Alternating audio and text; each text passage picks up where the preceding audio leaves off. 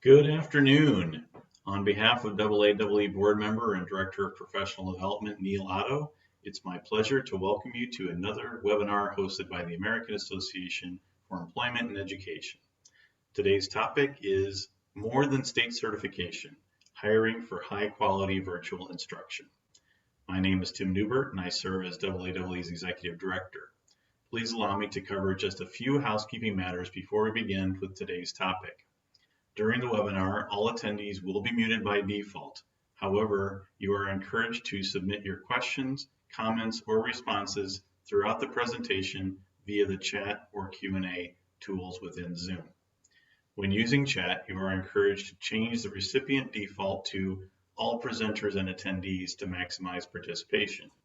This webinar is being recorded and will be made available to attendees and AAE members.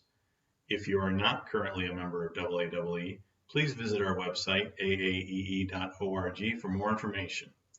We are a professional association intent on positively impacting education through professional connections. Related to that mission, we connect the three critical groups involved with the preparation, recruitment, and retention of pre-K through 12 educators, university professionals and others who prepare educators, school system professionals and others who recruit, hire, and retain them, and of course, educator candidates themselves. We offer annual publications such as the Job Search Handbook for Educators. We conduct an educator supply and demand survey each fall and winter, resulting in a spring report, which is coming soon. And we host a pre-K through 12 job board and calendar of education job fairs held around the country. We host webinars such as this one on topics relevant to our membership. We sponsor teacher scholarships and school system mini grants to support teacher pipelines. We host an annual conference and education and career fair each fall. And we host teacher job fairs such as our virtual event on Thursday, June 10th. Joining me today is Jason Applebaum, Marketing Director for Proximity Learning, an organization partnering with AAE and the National Virtual Teacher Association. During this session, Jason will discuss how hiring practices may look a little bit different in the coming years as campuses and districts continue to staff their schools with the best teachers. Now that teachers may be required to teach online, whether in a hybrid environment or 100% virtually, required skill sets may vary from the traditional brick-and-mortar instructional methods. In fact, one organization has identified exactly what makes a high-quality virtual instructor and has created a new certification that sets the bar for non-traditional learning. This session will explore how the National Virtual Teacher Association is setting your candidates apart. Thanks for joining us today, Jason. I'll now turn it over to you. Excellent. Thank you very much, Tim. And thank you everybody else for attending. As Tim said, my name is Jason Applebaum. I'm the Marketing Director at Proximity Learning. You might be wondering, why is Proximity Learning telling me about the National Virtual Teacher Association today? Well, the primary reason is we are a huge advocate of the NVTA. We have right now about 600 teachers that we have that are virtual instructors that do live instruction to schools all across the country. So as an organization that provides high quality virtual instruction, we are always looking for ways to make sure that our teachers, our virtual instructors, were the best they could possibly be. And despite the fact that we've been doing this for almost 10 years, when we found out about the National Virtual Teacher Association, we decided to give them an opportunity to help ensure that we employ the best virtual instructors in the country. So all those 600 teachers that we hire, we encourage them heavily to go and get their certification through the NVTA. So today I'm going to help you understand the value that we saw in them so that you can see the same thing. So without any further ado, we'll go ahead and get started. First of all, I want to take a little step back and kind of reiterate what everyone's been dealing with over the last year. As you all know, a lot of teachers, most teachers, if not all of them, were taken from their normal brick and mortar situations and thrusted into virtual instruction situations, whether it was hybrid or direct virtual. Most of them had never done anything quite like this before. And there were no guidelines on how to make sure that these teachers understood how to make that transition effectively. There was no common language or standards, whether it was across even districts, states, or the country. So as you can imagine, and most of you probably experience and understand directly, it was a bit of a learning curve. It was very difficult for a lot of these teachers to really thrive in the virtual environment. Students felt the pain, parents felt the pain, teachers felt the pain. So that's where NVTA comes in. They ensure, or they want to ensure, that every child has a high quality education, whether it's in person or whether it's virtual. And their vision is to try to create a world where teaching virtually is as good, if not better, than in-person instruction. So to cover off on a little bit more data so that everyone understands the magnitude of what we dealt with over the past year. 93% of US homes had school-aged children were utilizing some form of virtual instruction because of COVID-19. That impacted the entire world by putting 1.2 billion children across 186 countries, leaving traditional classrooms and being thrusted into that virtual environment. So just like we mentioned, teachers having to understand how to teach remotely and virtually, students were also taken out of their elements and being put in situations that were very new to them. In most cases, virtual instruction actually has a really good track record. Students retain 25 to 60% more material when they're learning online. And it also requires 40 to 60% less time to learn than traditional classroom because the students are able to take it at their own pace. Sometimes they want to move faster and they're able to. Sometimes they might want to move slower and they can do the same. So that kind of puts these two ends at odds, right? We know that virtual instruction over the past year was a bit of a struggle, but we also see that virtual instruction can and is proven to be very effective. So in between there was a bit of a gap, and that's what we'll talk a little bit about here. As you can see here, a lot of districts across the country are reporting higher failure rates than normal, sometimes 2 to 3 times as many as they're used to seeing. In New Mexico, 40% of their middle and high school students are failing. In Houston, 42% of students earned an F in the first grading period of the year. And in St. Paul, Minnesota, nearly 40% of high school students were failing, and that's more than double. So this shows everyone that teachers struggled, students struggled, but we also know that there is an opportunity here. So how do we fix it? First, we need to ensure that the leadership in the schools are armed with the understanding of how to get quality virtual instruction. We need them to understand how to hold their teachers accountable in a virtual world to ensure that they're adhering to high quality virtual teaching standards. We want to make sure that they provide teachers with the training so that they can maximize their virtual instruction impact. And we want to make sure that they know how to spot and hire high quality virtual instructors. More and more schools this upcoming year are thinking about adding virtual academies. More and more parents and students that actually saw the benefit of virtual instruction are continuing to try and figure out how can we make this work. So this is a great opportunity to understand how to take the teachers who are the catalysts in making sure that virtual instruction is a really positive outcome and making sure that they're really, really high quality and how to spot it and understand it. So as a hiring person looking for a new teacher, potentially a virtual instructor or an instructor that might need to do some virtual instruction, what is it that you're going to be looking for? First of all, you want to ensure that that teacher knows how to manage their classroom in a virtual environment. It's a very different situation when you're not there face-to-face with your students and you can walk up to a student and address a student face-to-face. There are ways to deal with that virtually though. You want to make sure that they have high yield virtual communication strategies so they get really good results from what they're doing in the virtual world.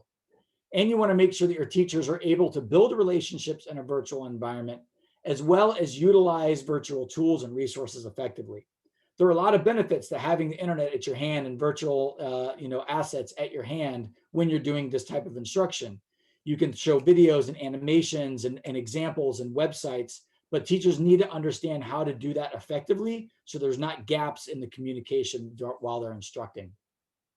You also want to make sure that if you're hiring a virtual instructor, that they have they have proven engaging, meaningful virtual lessons, that they know how to teach in a virtual environment, and that they're committed to evaluating students virtually without losing any of the rigor that they would normally do face-to-face and without increasing a bunch of extra work. And so these are the types of best practices from a hiring perspective that you can look for when you're trying to hire new teachers.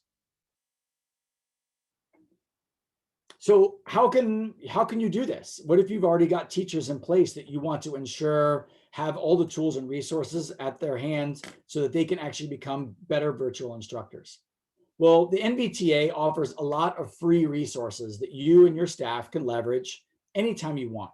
And these are some quick examples. We'll go into details here in just a moment. First, there are about 22 different rubrics that are around the principles of virtual teaching, and they're all free. You can find them on the NVTA website. There's also a free professional development course, which we'll talk about momentarily. Lots of articles and content on their social media channels, as well as their website. And then they've also published a book that you can buy on Amazon called The Instruction Standards, Optimizing Teaching and Learning. Virtual Instruction Standards, Optimizing Teaching and Learning. So we've got a lot of different opportunities for you and your staff to be able to go in and get some best practices from the NVTA and use them as a resource to become the best virtual instructors you possibly can. So now we'll go into some details of these free resources. First are the 22 different rubrics that they have. What we're showing here is a real quick display of the 5 different domains of those rubrics. These rubrics go into a lot of detail that cover everything from how to have effective green screen backgrounds, how to leverage digital applications in your teaching, different hardware suggestions, and how to build and manage relationships and online behavior while you're doing your virtual instruction. So again, you can go to the virtualteacherassociation.org/resources and find any of these rubrics to download and implement within your organization. We talked earlier about a professional development course. This is a free course that's about 1 to 3 hours to complete that helps teachers understand how to transition from a brick and mortar class teaching situation to a virtual instruction situation. So this helps them acquire new skills, build some of their common language to earn trust, and it helps them prepare and improve their abilities to be a virtual instructor or an administrator. And it's free. So once again, you can go to the website and find that professional development course. And you can go and read all the articles that they write about virtual instruction. There's a lot of different detail, research, case studies, opinion pieces, statistics, anything else you can think of as you want to learn more about the impact of virtual instruction, how to make virtual instruction effective, who leverages it well, and stuff like that. So this can also be found on their website, /NVTA articles. At the end of the presentation, we'll give you a link to the website as well, so you can go in there and find it yourself, as well as all the social media channels. We talked earlier about the book that was published, the Virtual Instruction Standards, Optimizing Teaching and Learning. This is a book that you can find on Amazon. We actually ended up purchasing these for pretty much every one of our teachers, so that they have an opportunity to read through it and really get a strong understanding of how to become good virtual instructors. And they always have that tangible guide with them anytime they need it. I think it's about $9.95 on Amazon.com, and you can buy them today if you'd like. So as you're looking at trying to become a better virtual instructor, the NVTA offers a lot of free resources, as we just went through. But there's also a certification program that's a little bit more rigorous, and it really allows teachers, administrators, and anyone else that wants to understand how to become and how to spot the best virtual instructors in the world. It allows them to go in and get a certification so that they can become masters of this technology and of this process. So obviously they'll learn how to master all the different technologies that are involved in becoming a strong virtual instructor. We talked a little bit earlier about your green screen background and maybe lighting, all your online applications, how to navigate seamlessly through the different technology pieces so that your teaching can become very, very smooth and help these students learn.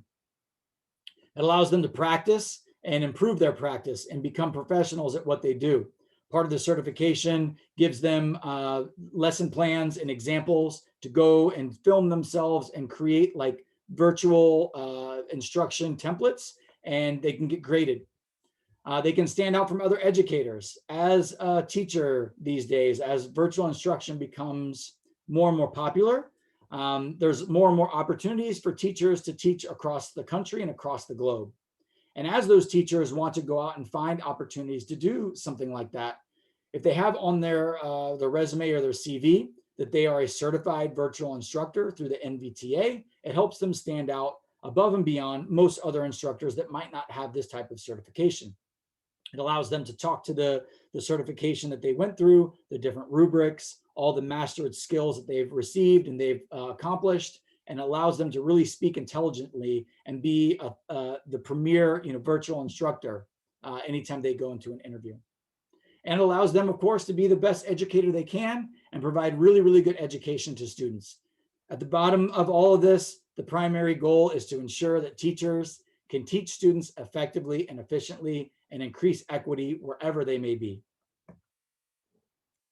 So part of this accreditation certification is also you're able to earn up to 50 professional development or CE credits for states that approve at the states who we've worked or who NVTA has worked with to actually get this approved.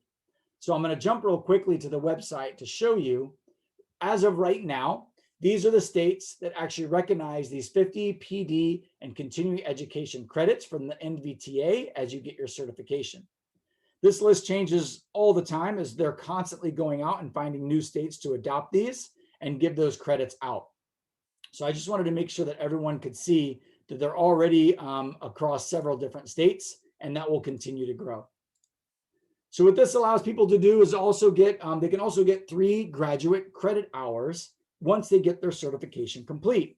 This is an optional opportunity for the teachers if they want to work towards a master's degree or even a doctorate degree in teaching. And I do believe this is an extra cost, but it does allow them that opportunity to earn 3 full credit hours. We give most teachers about 9 months to complete this because it is at their own pace. It is somewhat rigorous. We want to make sure that they do a really, really good job with all the different channels of the rubrics, but most of them complete it in about 3 months. What we've done at Proximity Learning is we've actually encouraged during the summertime, we've encouraged most of our teachers to go out and get this certification during the summer so they can start the new year with an opportunity to increase their effectiveness as virtual instructors.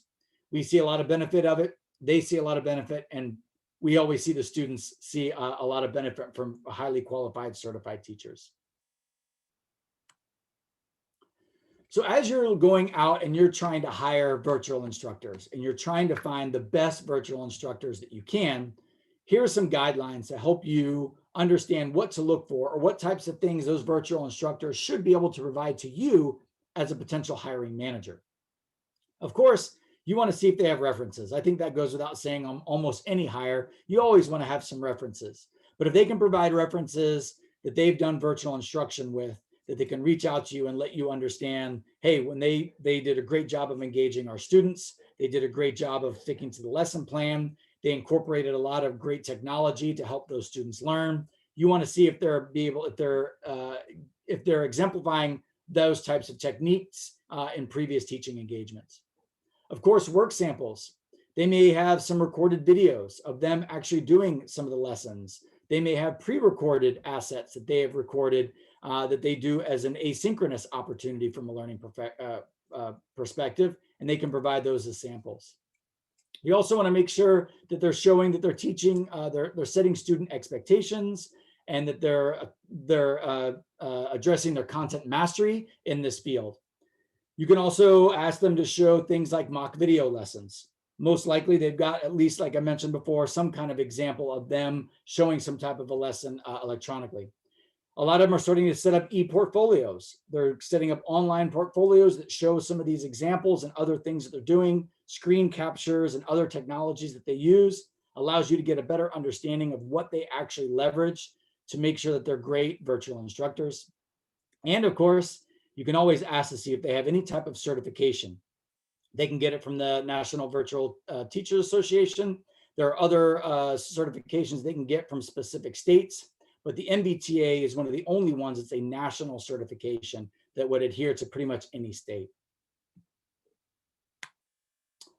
So those were the primary topics that I wanted to cover during this particular presentation. You can always reach out to the National Virtual Teachers Association through their website, through their social media channels and email. And I would love to be able to open this up now for any kind of questions or discussion topics that you guys would have. So again, if there are any questions or comments for Jason or me, please feel free to use the chat feature, the Q&A feature within Zoom here. We'd love to hear from you. Certainly a very interesting and appreciated resource for virtual teachers and the organizations, the school systems that employ them. And I'm sure the university folks would have an interest in this as well, just as an extension of that teacher preparation that's so important.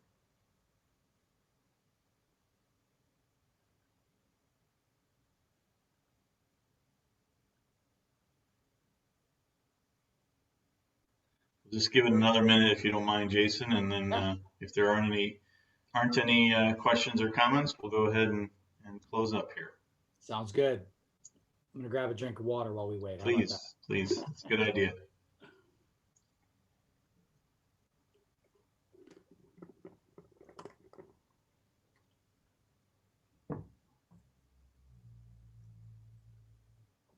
All right, well, thank you very much, everybody, for coming. And again, this session has been recorded and will be available probably next week.